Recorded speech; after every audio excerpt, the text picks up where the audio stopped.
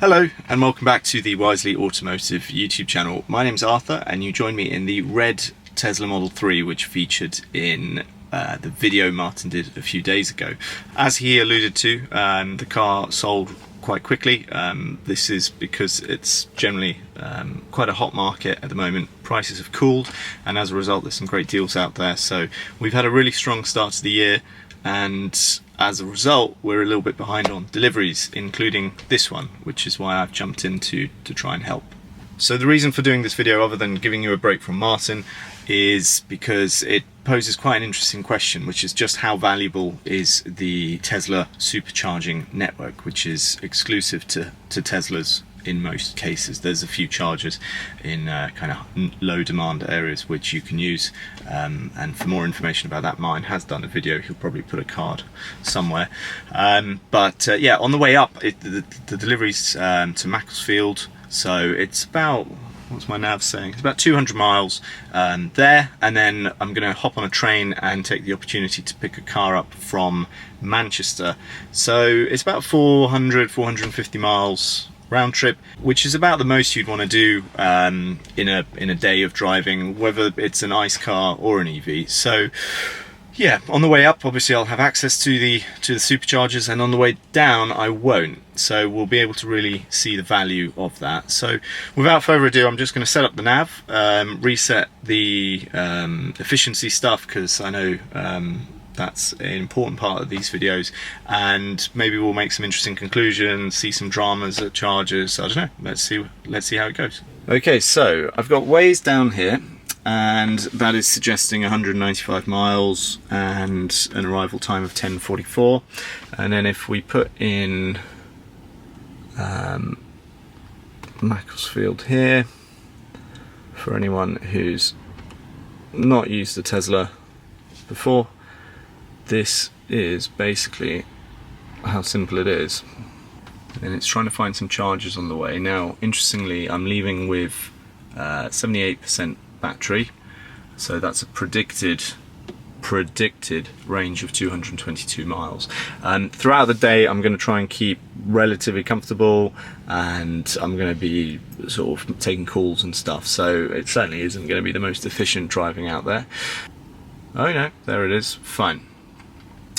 So it's actually suggesting, if I just scroll down here, so it's suggesting 2 supercharging stops, one at South Mims, which is only like, you know, maybe 30-40 miles away from where I am, and then another one up in Macclesfield, so, and that will get me there with 23%. And I often find this with Teslas, they sort of default to lots of little chargers.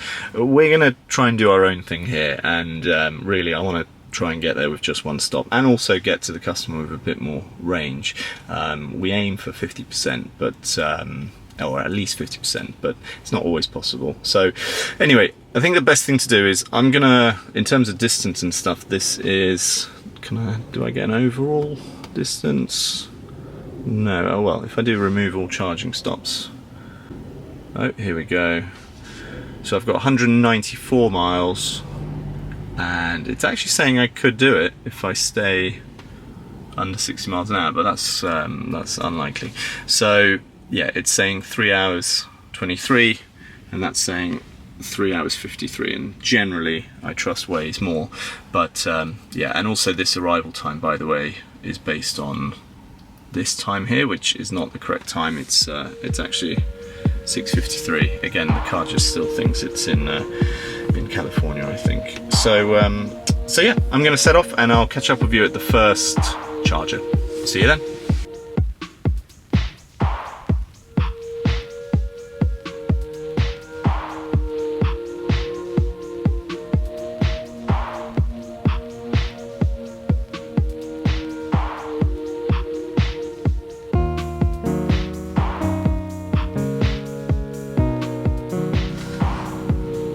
Right, first stop, and I've managed to get to Hilton Park Superchargers, northbound. So there's 12 chargers, and I think there's 4 cars apart from me. It's 10 AM, so I'd say it's kind of peak peak time for commuting, etc. So yeah, so far so good. I've been on I got here at 10 AM. I've just been on a phone call, but if we look at the stats, we hang on, where do we go? So what have I done? So I've done 151 miles.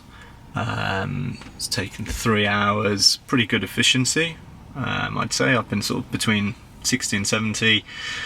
43 kilowatt hours used. So yeah, not bad at all. And yeah, I think, you know, I'm on 11% battery left. I've been nice and warm. I've been going a reasonable speed. I think I left on 70 something percent. So you could probably get this time of year about 200 and, well, no more. If you left with 100% charge, maybe 220, 230 miles. But I'm at the stage now where really I need to go and use the loo and stuff anyway. So really, that's not a problem. And most of these superchargers are located at services. Hilton Park's not the nicest of services, but it is what it is. Right, now let's actually plug in. So this is where things get super easy, because you just walk around, you grab your charger, you press the button, put it in, and that's it. So that's how easy it is to plug in, and then the car does the rest. And you've obviously got an app which is super accurate. There's no queuing, there's no payment. You get an invoice sent directly to your app later on. So if you need to reclaim VAT and stuff like that, it's super easy. And yeah, I'm gonna go use the facilities, get some food, do some emails, and then set off.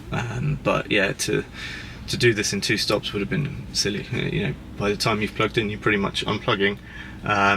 It's better to stop for maybe 20-30 minutes instead. Remaining, we've got 55 miles to go, so I'm gonna stay here for probably until about 70-80%. Not a bad charge rate. We've got 112 kilowatts. I think these days really anything from about 100 to 150 is considered good at superchargers. And to be fair, on that note, I've been going like 3 hours. I need to stop anyway. So if you're kind of the opinion that, oh, EV drivers have to keep stopping all the time, well, with something like this, I mean, I know it's an expensive car, but really, I would have been stopping anyway. So right, I'll catch up with you when I'm leaving. Okay, so back in the car, and we have taken on, well, we're back up basically to where we were, if not a bit more, so 81%.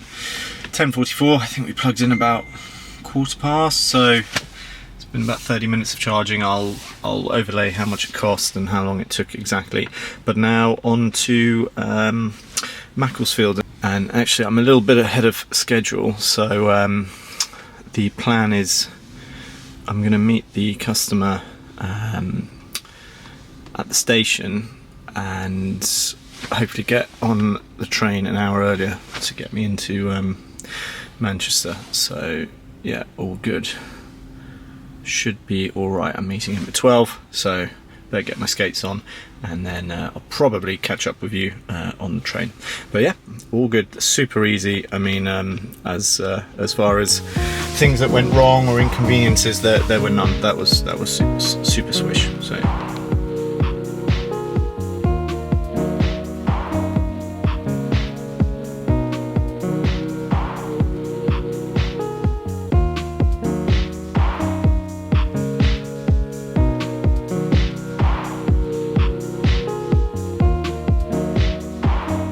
Right, it's 2 PM and you now join me in the ID.3, which I've just picked up from the auction centre in Manchester. So the handover of the Tesla went very well. It was probably the quickest handover I've ever done. I think it was about 4 or 5 minutes long, because I really wanted to get on that earlier train.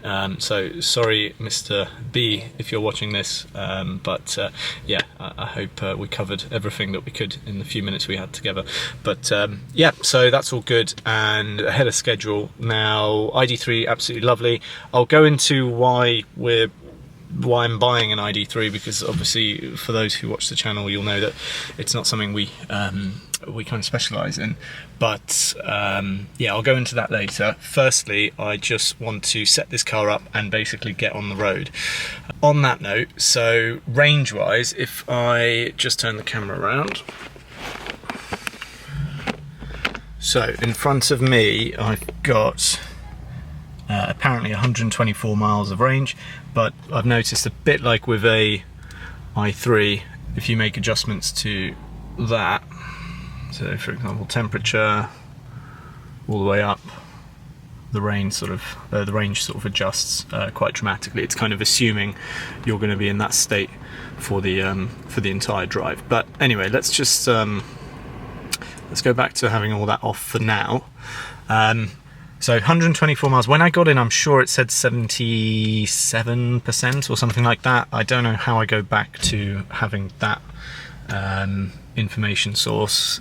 So far, I've not really found anything very straightforward. I've paired up my my CarPlay. That was quite easy, but everything else is kind of not where I was expecting it. This video is all about using EVs long distance and comparing the Supercharger versus not having the Supercharger.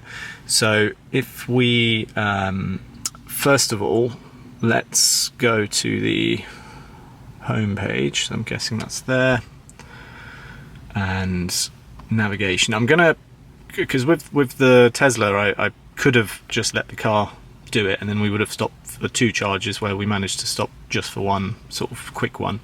But let's have a look at how well this works. So postcode, so SE162DB. Pardon? And there it is. I didn't ask for voice control to come on. You can use voice control to operate the radio and media, navigation system and telephone. So, for example, how would I finish that? That X there? Okay, fine. So, how do I click enter? Where's the enter button? No? Okay, well I'll just click that there. Yes, okay. Please drive to the route shown. Your route contains an essential charging stop. Okay, so it's recognised that I need to stop and charge. Now, the question is, where is that? So it's found a 175 kilowatt charger somewhere near Birmingham, which is about right. With 100 odd miles away. We've got 217 miles, so obviously a little bit further, probably 20-30 miles further than on the way up, because we're a bit more north now. But does it tell me any information? So it just says UFC, just off a motorway. Well, should we just do what the car says and hope for the best? 1 second. Go back to navigation. I think so. The other option is, did it say suggest other charging stops? I don't think it did it? Oh, other charging stations. Nothing available. So it's not as intelligent as the Tesla system, he says, but it's kind of showing other ones. Well, that's annoying. Every time I get a message, it goes back to CarPlay and knocks me off what I'm doing. We'll go with what the car's saying. I know some chargers around that area if all else fails, and let's see how it works out. So, this is annoying.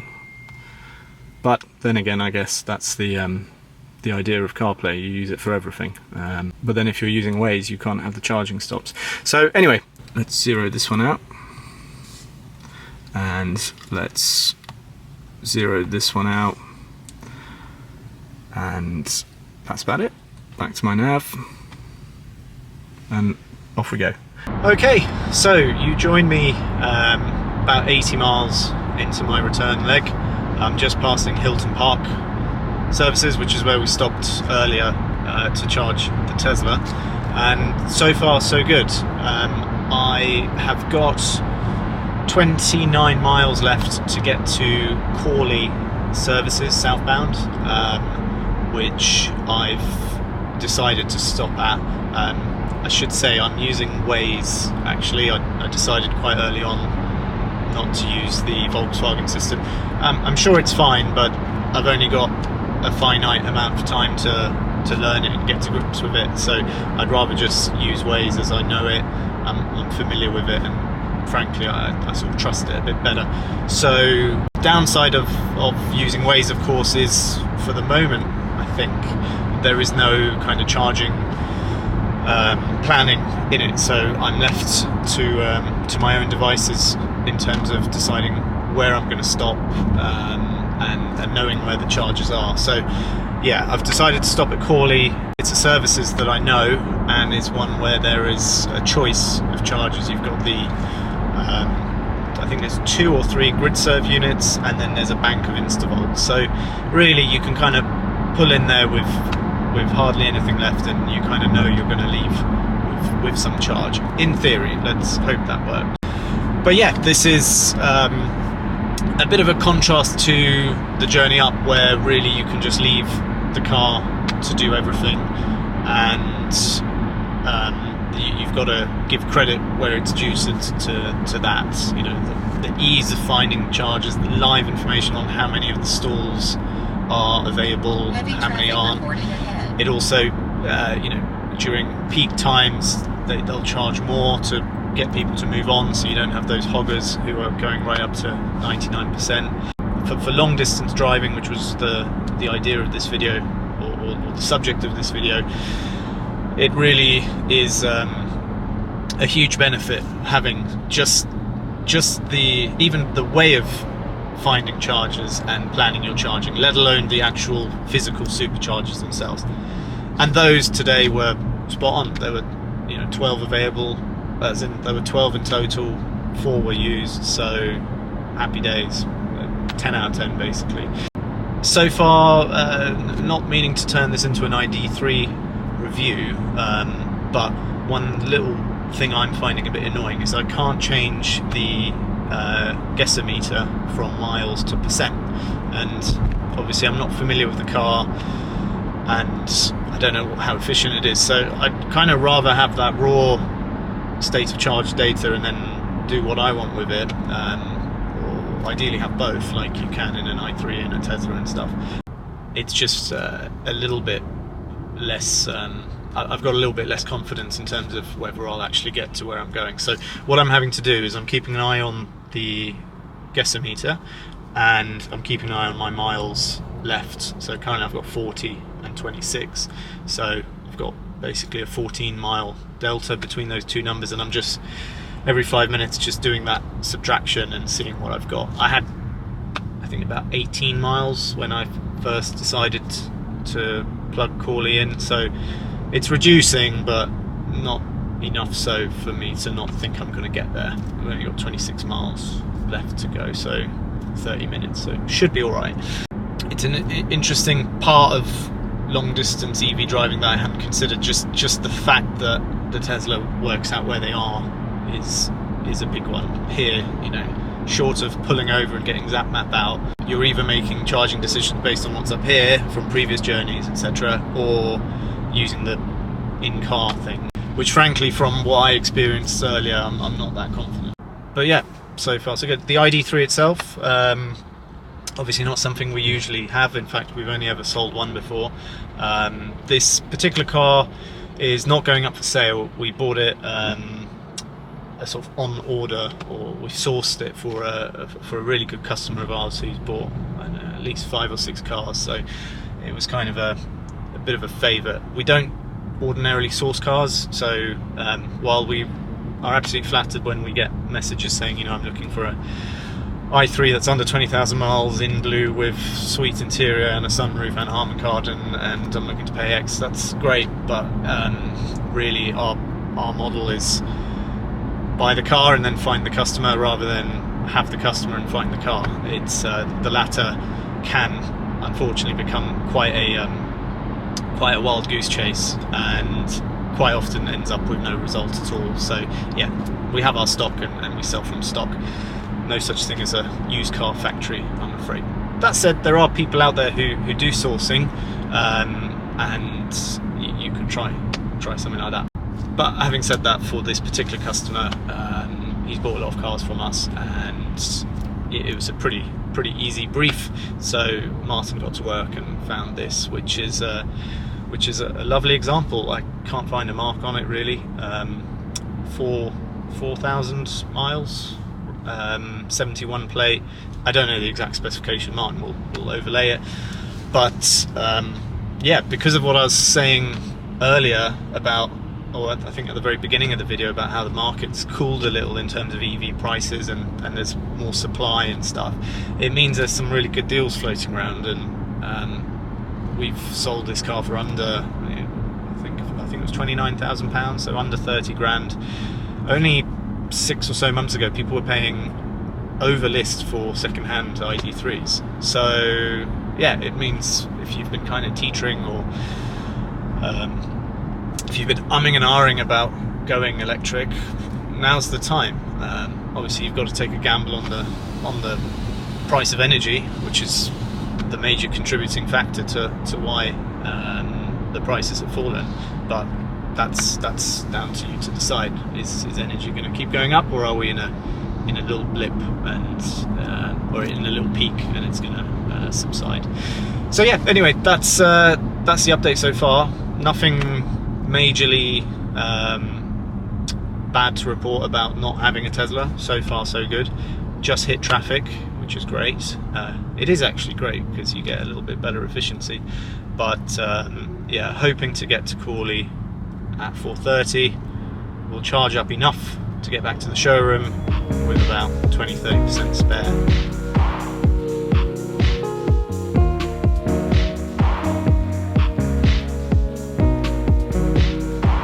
Okay, so we got to Crawley services, 17 miles left. The delta improved a little bit because of the traffic, and interestingly, when you get under 20 miles of range, or possibly under 10% state of charge, you start getting a percentage. So I'll show you in a second. It's actually telling me now I've got 7% state of charge left. So we will head over to see if the Gridserve chargers are free. Really, there's not much in it. The Instavolts are over there. Maybe just about see them, and then the Gridserves are just nearer the door. So that's my reasoning for. Okay, so that was super lucky. That said, it's not that lucky because obviously it's not that important because the Instavolts are all pretty much empty. Right, what side's the charger on? It's on the right hand side, just like an i3. 7%. Although I didn't get that at first. Let's put it in park. And when I got to 10%, it was sort of telling me you're going to run out. Would you like to look for chargers? And it did actually suggest this charger, so or Crawley services. So to that end, you know, I think if you had used it, you would have got here anyway. Right, let me go plug in, and then I'll catch up with you in a second. Well, that went fine. For a moment, there was a slight concern. It said cable disconnected or something like that, but I just tried again, and it seemed to work without having to tap my credit card again, which is good. So yeah, it's telling me I've got 1 hour 10. I think it's charging at about 40-45 kilowatts. Obviously, if we wandered over or if we used the Instavolt chargers over there, I think we probably would have got a bit of a faster rate. But this one's nearer the entrance to the services. I'll let it top up to, I think, probably about 75-80%, just to give me enough to get to London. And otherwise, yeah, we got really lucky. I keep saying that, but obviously there's all the Instavolts over there. If we pretended that the Instavolts weren't there, then really I've not been inconvenienced at all. And a bit like on the way up, I kind of needed to stop anyway. I'm gonna go get some food, use the loo, and then I'll catch up with you once we are probably at about 75-80% charged. Right, so I'm back in the car. We've been here a bit longer than anticipated. I'm up to 158 miles, and to get to the showroom is anywhere between 120 and 130 miles. Yeah, I just wanted to give myself a bit of a buffer, but yeah, realistically that's it. It's been quite slow, obviously at 45 kilowatts. More on that in a second, but I'm now going to unplug. I think that's enough buffer. Up to 76%, so took on 70%. Interestingly, there wasn't a summary of costs, nor have I had any kind of notification through from my credit card company that a payment's been taken. So I don't really know what happened there, but we'll find out sooner or later. And yeah, in the time that I charged, the Kia that I think I got footage of arrived and left, and actually no one else has been queuing or anything. The InstaVolt chargers, I just noticed, have about 4 cars on them. So it seems like at this site at least you can you know, the number of chargers is keeping up with demand. But anyway, I'll get on the road and then we'll catch up in a moment. And I actually thought I'd made a bit of a mistake, because I went up and had a look at pricing of those ones, and they are 75p a unit instead of the 69p that I paid at Gridserve. And I thought, oh, for 6p more I should have just charged there, because I would have charged faster. But actually, according to what do you call it? Oh, it's been a long day now. According to ZapMap, the rate there is 50 kilowatts. So basically, I would have had the same as at Gridserve. So yeah, I can understand why people go to Gridserve first. I would have expected those InstaVolts to be like 80 kilowatt or 100 kilowatt, something like that. But anyway, right, final leg. Saying that I should be back at the showroom at 7:57, so we'll see how that works out.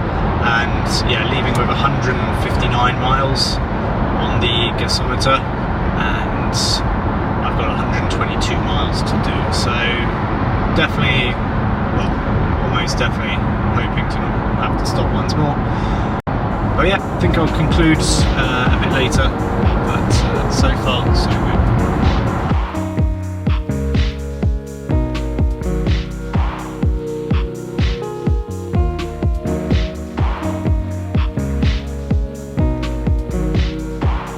Okay, so made it back to the showroom basically at 8 PM as planned, and nothing eventful at all on the way down. It was a pretty smooth journey. We will overlay all the stats and data and efficiency and costs, etc., for both the run up and the run down now. But to try and reach some kind of conclusion, the question we set out was, how vital is the Tesla Supercharger network if you're doing long distance traveling around the UK?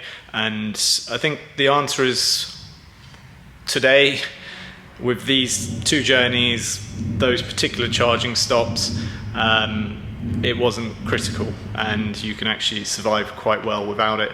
And as a result, that opens up a lot of other potential options on the market. That said, we've had some pretty dire experiences, queues, not working chargers, etc. But I think actually, if there's one kind of good or positive kind of conclusion, it is places like Crawley, where there's a lot of choice.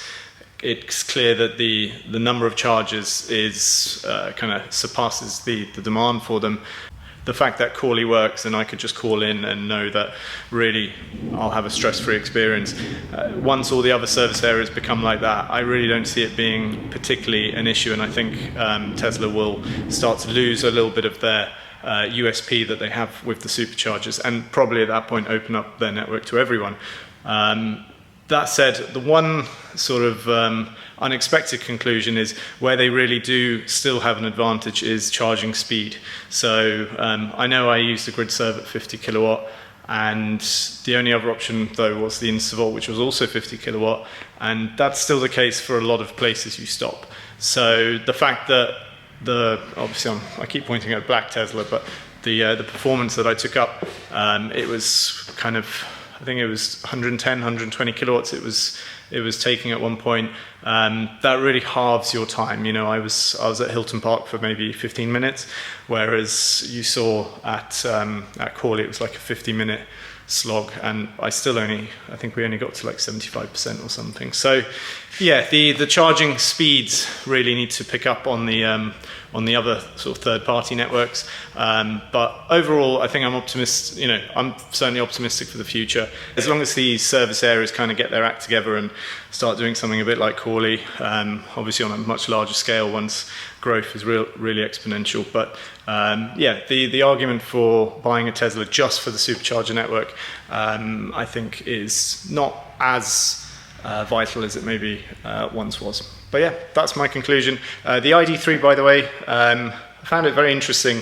It's actually a really good car, and I can understand why people really like them. I think I'll finish this video here. It was never about being an ID.3 review, but I think we should definitely get Martin into one to do a proper review, because there's a lot of similarities with the i3, and actually for someone who's coming out of an i3 and looking for something else, it's a pretty interesting option. So yeah, anyway, thank you very much, and I guess I'll see you in one of the next ones. Take care.